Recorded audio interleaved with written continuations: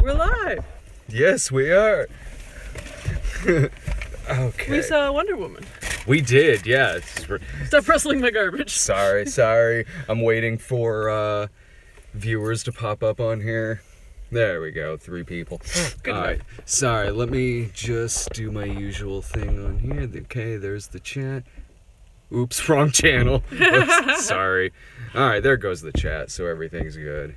Whenever it's a live episode, the first minute or 30 seconds is always going to be, is this thing working? Okay, so anyway. So we saw Wonder Woman. We did, yeah. We just got out of Wonder Woman, and if you went to go see the other 3 DCU movies, like Man of Steel, Batman v Superman, and the Suicide Squad, and you were disappointed by them, and you've been waiting for that one, like, what's... The odds are there will be a good one eventually, or a decent one, or whatever. Well, you can breathe a sigh of relief, because this is a pretty great movie. This is the broken clock is right twice a day movie. Yes, this is the Cubs win the World Series movie. It'll be 100 years before there's another great DC Universe movie. No, like, this is a damn good movie. It certainly makes me wish that this was the first in this series of movies, because the movies that came afterwards could have really built on what made this movie so good, versus building on a piece of shit like Man of Steel.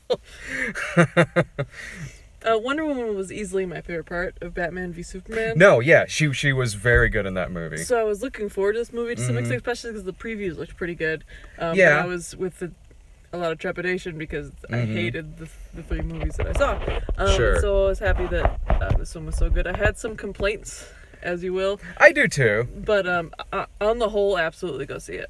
On a whole, this is a movie that is a superhero movie about a character that is a hero, that is through and through heroic, and it's about real evil. This movie is about villains that gas women and children and come up with different methods of gas that will kill more women and children. This is a movie in which our main character sees the destruction of what the villains are doing and is going through villages and seeing war and bodies of women just laying dead after they've been gassed to death in villages, as our heroes see the villains cheering this on and like gassing towns while they're having parties and just watching people just fucking die. And this movie has heroes in it where shit like this just fucking traumatizes them. Yeah, this movie did a really good job, I think, of portraying World War I. It was a colorful movie, but the scenes where they were kind of depicting the trench warfare was like just gray and mud and smoke and green smoke. Yeah. And just, like injured soldiers being carried by. I tried to do a little bit of research because I didn't want to get in trouble. I've never really been into the DC universe, It's my mom told me a quote the other day. I can't remember who she attributed it to, but she said that in the Marvel universe, it's people trying to be superheroes, but the DC universe, it's superheroes trying to be people. And I find that kind of to be true whenever I try to get into them. But this movie, I think, really helped me see the appeal of this character. Yeah. Because she was very heroic and very, really pretty faultless. Her only real fault was her naivete. Yeah. But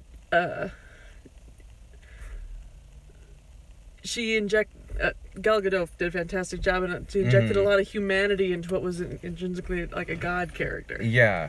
She sees for the first time this Earth, this society, and when she's in the war trenches, she wants to stop at every chance she gets to help these people that are injured. People are missing legs, people are missing arms, and Chris Pine has to tell her, like, I know that this is just the reality of the situation. Like, we can't literally stop to save everybody here. And the movie plays with both ends of her being a a fish out of water, essentially. The movie plays with it comedically, and it plays with it in terms of just seeing bloodshed for the first time. The movie does a lot of fun things with when she first gets to where do they first arrive in this movie? London. Yes. When the movie does it's hideous. Yeah. Still not as dark as it looked in Oh Heavenly Dog. But the movie does have a lot of fun with that too. Like when they take her out clothes shopping, like you see in the theater. And she's great in this film because there's just little touches that she adds. Like when she's trying on different clothes and she does little things like sniffing the hat that she's wearing. And also one of my favorite things ever is like whenever you have the flustered old British woman type. So when you have Gal Gadot honestly ready to just change clothes right there in the open, it cuts to the secretary later. Like, ooh! That's I'm sorry, that gets me about every time. Like my favorite part of the character, because you mentioned that, you know, there's that scene where she's like, oh my god, we have to help these people, and Steve's like, we really can't, you know, we've got places to be, and we can't help everybody. And she kind of thinks, and then she fucking goes and does it anyway. Yeah, she does that several times in this movie, and it's not like a petulant foot stamping thing. It's like, no, I've heard what you say, I don't agree, so I'm just gonna go do my thing, because she actually can. Yeah, it's like, fuck it, I'm Wonder Woman. And also one of those things too, this was one of my favorite parts of this movie, and it kind of goes along with that when Ewan Bremner is laughing like, what, the god of Ares? Pfft, okay, whatever. And the other guy is like, we just saw her take down, like, she like punched a tower to death. We just saw her punch a tower to death. Like, honestly, she might be right.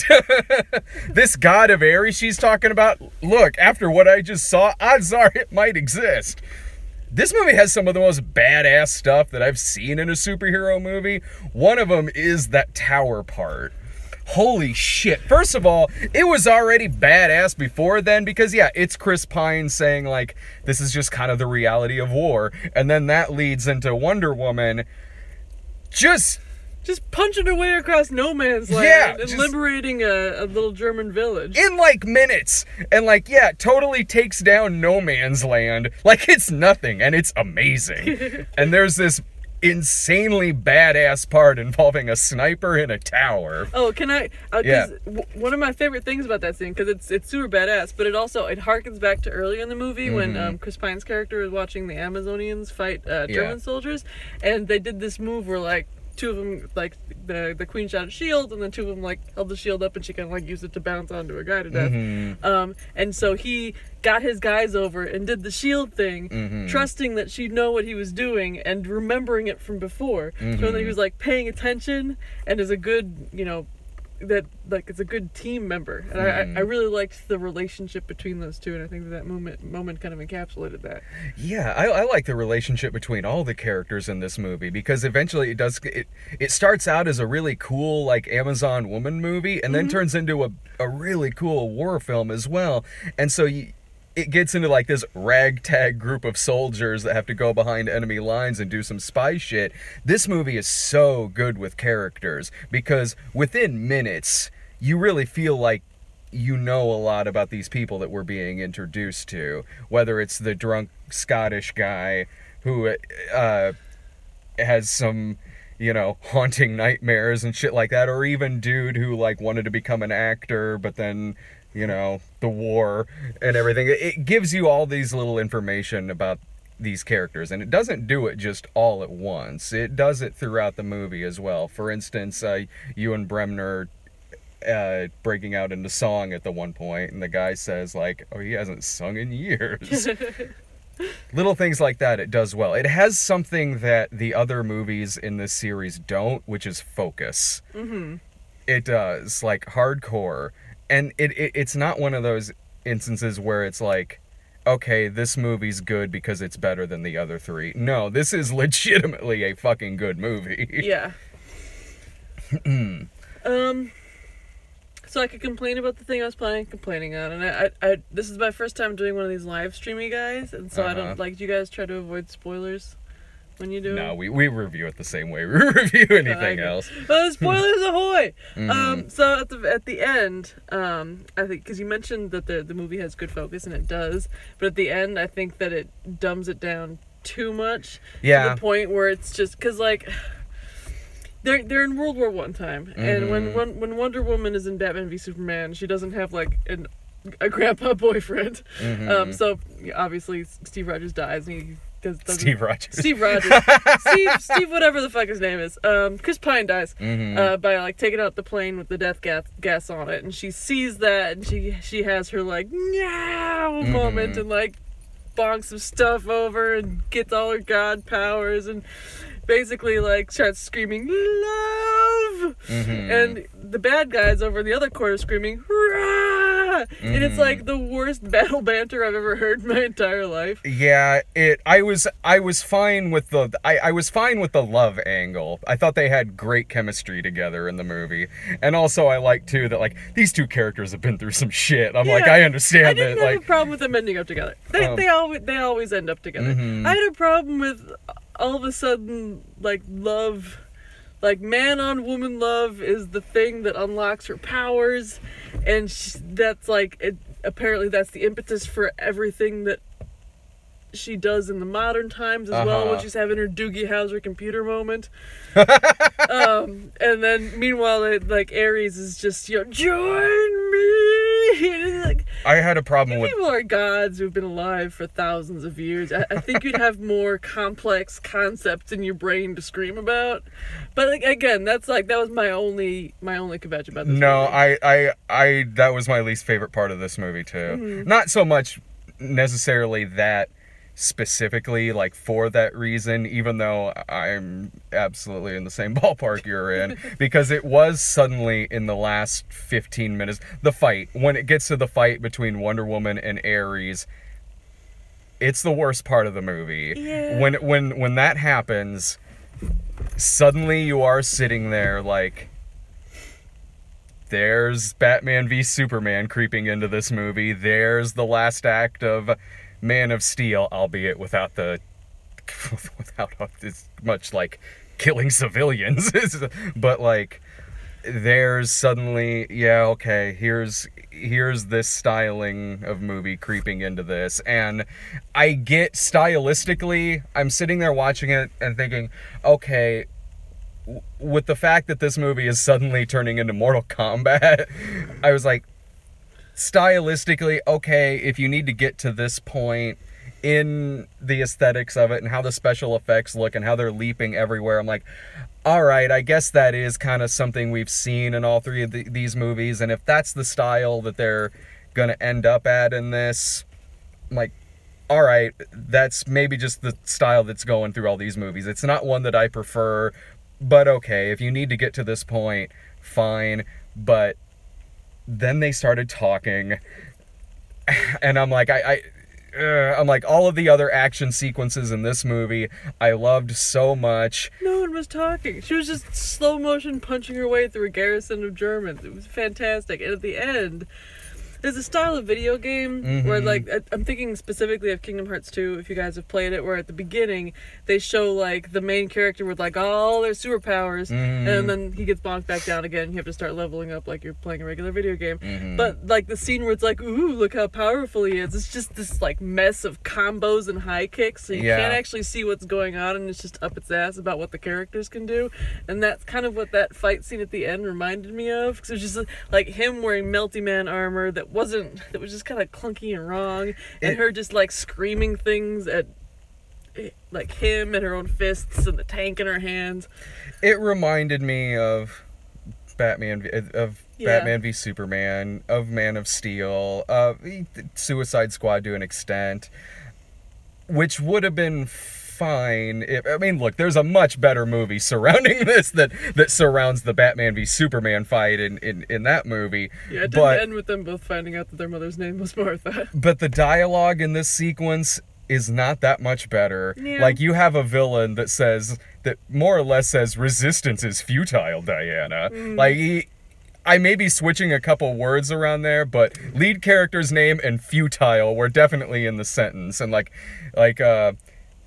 You are more than these puny humans, Diana. They don't deserve your protection. They don't deserve your protection, Diana. I'm like, what producer let their son write the last 10 minutes of this movie? Is this the same kid that gave us monster trucks?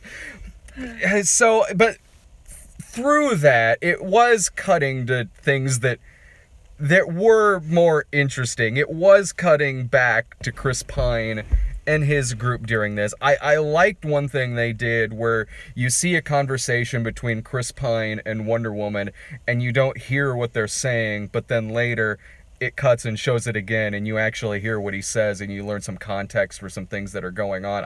I liked that. Through this bad video game set, like 10 minutes of this movie, it was frequently cutting back and reminding you that, no, there is still a great movie going on here. Yeah, it's just, you just rustle through the fight scene. You just gotta rustle through this sequence that is still reminding you that, okay, I guess I do see how the story of Batman v Superman comes out of this, even though this is a much better movie. Now, we're using my phone as a flashlight, so I can't Google it real quick, but Ares, looked really familiar. Was he the Dad Weasley from Harry Potter? It's David Thewlis. I remember him from Island of Dr. Moreau. I feel like he was in Harry Potter, and I feel like it's been too long since he was in Harry Potter. He was Lupin. Okay, that helps. He's been in a bunch of stuff. Yeah, he plays Ares. And until he puts on, the God of War armor at the end of the movie. First of all, it flashes back to him at the beginning of time, and he's still got that ridiculous mustache. That gave me a giggle. And then, the armor goes on, and then he gouges himself eye holes out of the molten metal. That was kind of cool. And then, his mustache poofs out. Yeah. Before this, he's actually really good in this movie. Yeah, he's fantastic. But then this playing with your toys dialogue happens. This is really the main complaint I have about the movie. It's a 2-hour and 20-minute movie. This is about a 10-minute sequence. It's ridiculous. But this is a fucking good movie. I love Chris Pine and her together in this movie. His deadpan in this movie is excellent. There's a scene where she's on it, but they're on the boat coming away from Themyscira. Yeah. And she's like, oh yeah, my mother made me out of clay and then prayed to Zeus to bring me to life. And he just has a beat and he goes, well, that's neat. Just the flawless delivery of it made me giggle. He's so fun. He's really funny in this movie. His reactions to seeing the shit that she can do for the first time, like when she saves his ass in the alley. And then still doesn't fucking believe that Ares is gonna. Well, because it's still am I right? when what was the line about? I think it was when they were on the boat. And she was talking about the 12 books of and pleasure and everything. And he's like, you didn't bring a couple of those so I could read them. And she's like, oh, you wouldn't like them. They determined that men are necessary for reproduction, but past that they're not necessary for pleasure. And he's like, huh. When that happened, I don't know if you could hear it, but when that happened, Laura looked at me and went, loser. She zinged you. I am shame. Shame. I loved this movie. I really did. For the faults that I had in the little last part of it, it's a cool movie. And when they work in the Wonder Woman theme, which I know a lot of people have a problem with, I thought it was... I actually don't have a problem with that theme necessarily. I enjoy it. It's used so much better in this than in Man of Steel. Mm-hmm. When it happens in... Batman v Superman. When it happens in Batman v Superman, it is a little jarring. I didn't care. I was just so happy for something to be happening that I was enjoying. Yeah. It was like, thank God.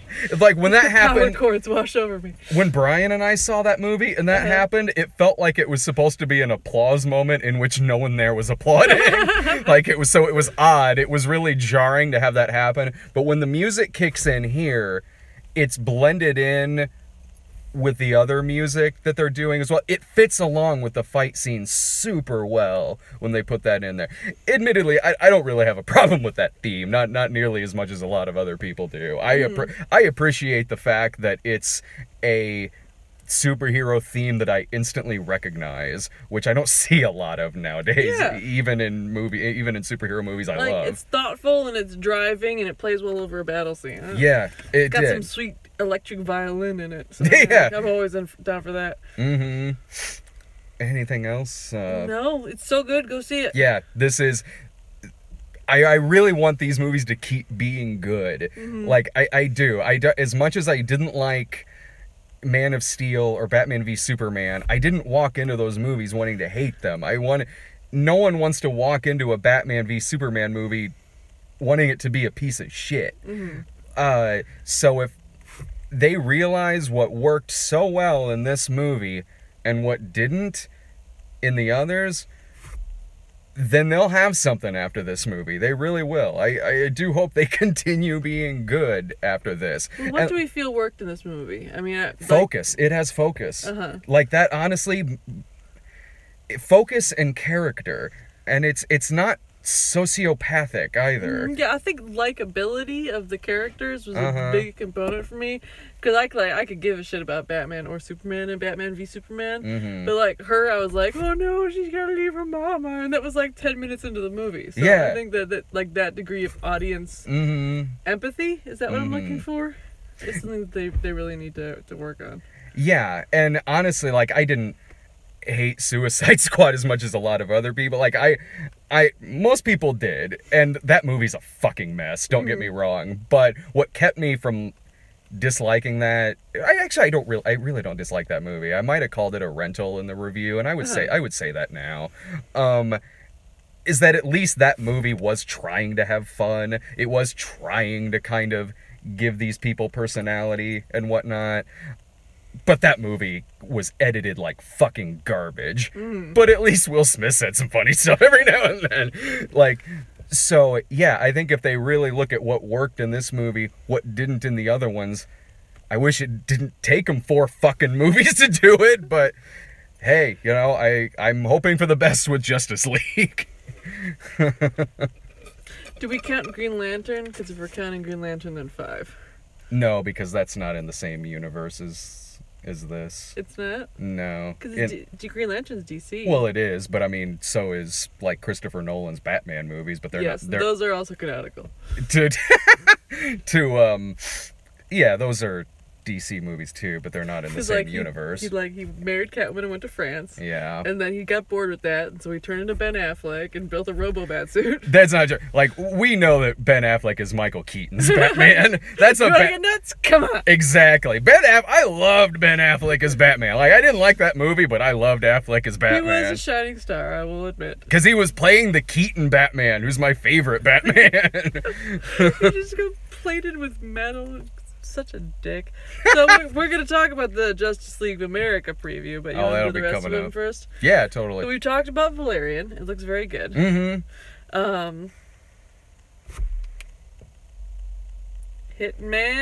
Bodyguard. Hitman's Bodyguard. It looks either really good or really bad.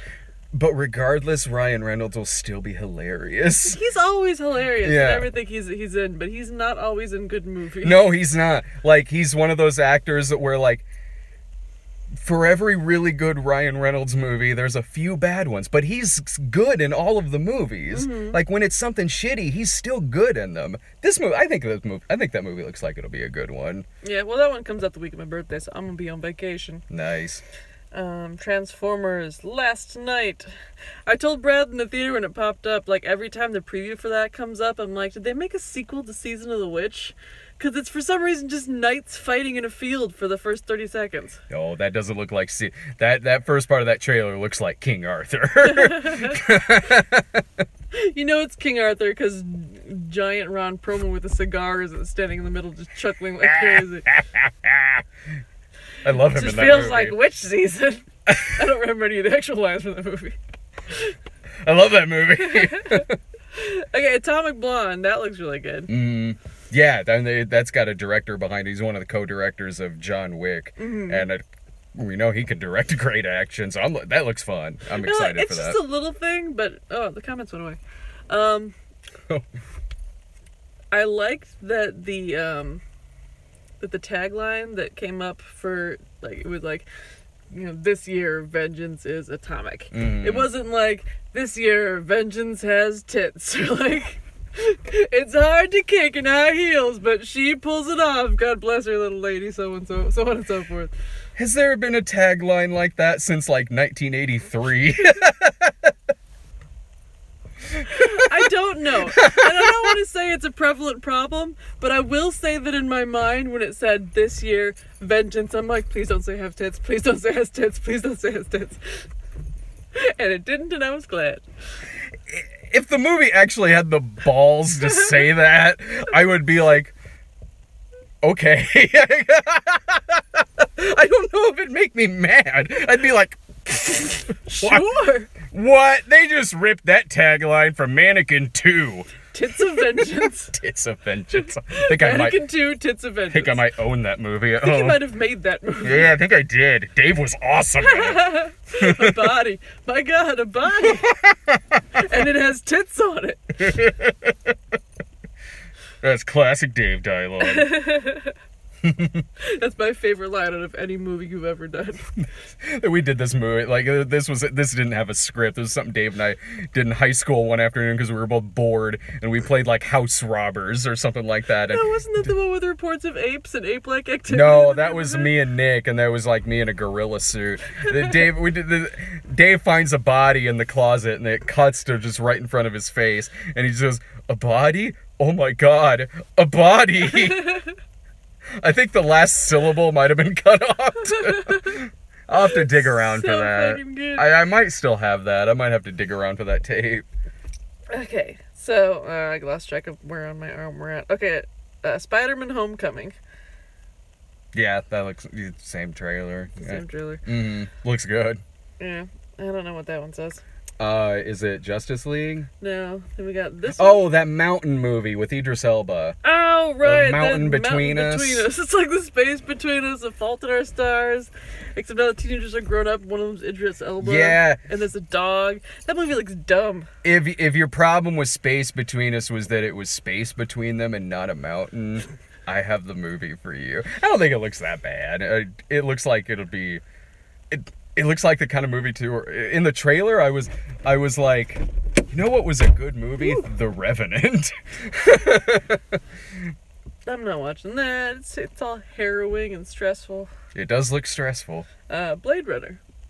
Oh, I'm excited for Blade Runner. I still haven't seen the original. Oh, so good. I'll have to go back and watch the original again. It's been a good 15 years or maybe more since I've watched it. But they got the dude behind it did like Prisoners and Arrival.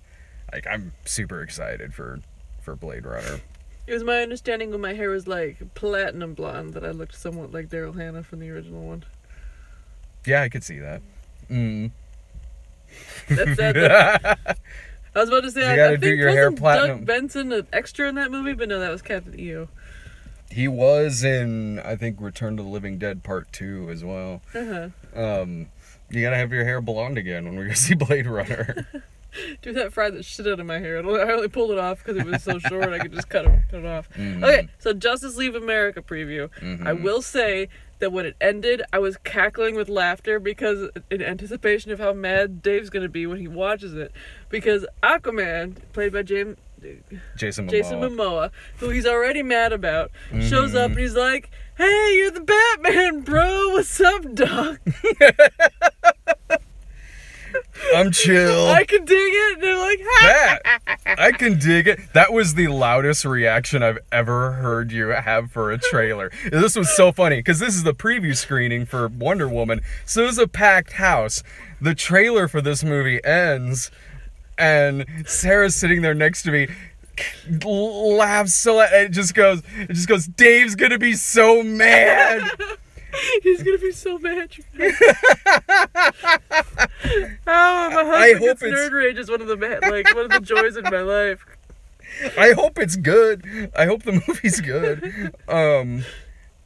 Yeah, I don't know. Like, this is one of those situations where it's like, I thought I like the trailer for Man of Steel. I like the trailer for Batman v Superman. I think the trailer for Justice League is fine, but I'm like, it's just them like on the Batmobile. Yeah. Going around. Mm-hmm. Like I love the hell out of Wonder Woman, but I'm still gonna go into Justice League skeptical. Mm-hmm. But again, I hope it's good, especially because it's probably 3 hours long. And I can't wait for Dave to see it too. It had the little Flash kid in it, and then are the Flash and Aquaman getting their own movies, or are they just? Yeah, because James Wan is doing the Aquaman movie. Flash, I don't probably, but I don't know who's making that. But yeah, we got that trailer in front of this. What a surprise! I know, right? It'd be fun if we didn't get that, but we got Thor Ragnarok instead. I work with that guy. Which is that movie looks great. That movie looks fantastic. I actually watched Doctor Strange for the first time because they have it on Netflix. I really liked it. The trailer. I like the cape. The cape is my favorite character in that movie. Oh yeah, it's like the rug from Aladdin. Like, pew, pew, pew, pew, pew. Stop it. The trailer for Thor Ragnarok looks really good. Like when that trailer played for the first time and it ended, I go like, I'm really excited to watch that. And it also reminds me that I really like the girl with the dragon tattoo. Why do you say that? Because Immigrant Song plays on the trailer for both movies. Okay. Different versions, but I was a reminder, like, it was also a great teaser, Girl with the Dragon Tattoo. That was a good movie. But yeah, they didn't show us any Marvel trailers in front of this. But I mentioned Doctor Strange because presumably he's going to be in Thor Ragnarok, right? Because that stinger in the middle of the credits at the end when he's like, I'll help you find your father, so get the ass out of my city. And this kid's like, I always forget those teasers. I knew ahead of time there wasn't going to be a teaser for this one. And so okay. I wanted to see like the pretty pictures, and then when they changed it just the scroll, it was time to go to the bathroom. We're done. Are you done? Oh, was that all the trailers? Yeah. Oh, Justice League was the last one. Yeah, I guess we're done. So we just gotta turn this bad boy off. At some point over the next couple of days, I'm gonna try to see. It'd be funny if we looked at the thing and it goes like, "You've been mute this whole time." Like, well. You'll just have to guess whether... it'll be like in the movie. It'll be a flashback, and then you'll hear what we said. So I'm going to try to see Captain Underpants in the next couple of days, and I'm pretty sure next week is The Mummy. Dave said you texted him to see if you wanted to see Captain Underpants, and he was sitting there looking at his phone like, if I text back, fuck you, will he know that I'm joking? He didn't text me anything, which just means that's why I always text Dave a couple of days beforehand, because I know he's not going to text me on the first day. Like, at least I'll give him a day to think about it, and then I'll text him. I'll text him the day after. I can tell you his first thought was "fuck you." What? But he'll probably go. I am technically taking him to see a superhero movie this weekend. That's true. This guy is the Captain Underpants now. Is he in the Marvel Cinematic Universe? The Underpants universe? Yes. The UPCU, sorry. It's not non-canonical to the Underpants comic universe. Oh. I don't understand things anymore. I don't know how movies work. Say it.